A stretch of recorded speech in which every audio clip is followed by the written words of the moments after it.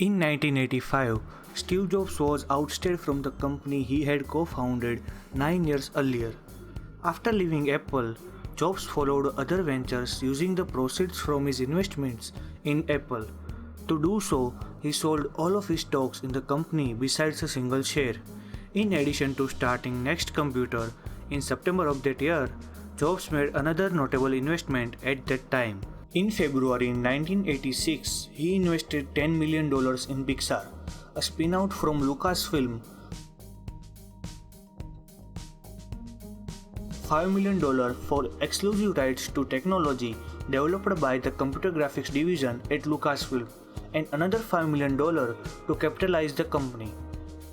At that time, the employees and managers held a 30% stake in the company and Steve Jobs held 70% of the company. Pixar's breakthrough moment in animation was the short film Tin Toy, which won an Academy Award in 1988. The first film to hit big screens from Pixar was Toy Story, part of a deal in which Disney agreed to co-finance and distribute the film. It was a home run. Toy Story took in $39 million on its first 5 opening days and ultimately brought in $191 million domestically and $362 million worldwide. It was the highest grossing movie in the US in 1995. Pixar Animation Studios went public on November 29, 1995. The stock went public at $22 per share and closed at $39. According to the Wall Street Journal, Jobs held a roughly 80% stake in the company at that time, valuing his holdings at $1.1 billion.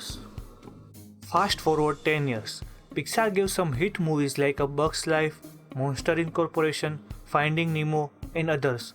In January 2006, the Walt Disney Company announced that they have reached a deal to purchase Pixar for $7.4 billion. The transaction was an all-stock deal, making Steve Jobs Disney's largest shareholder.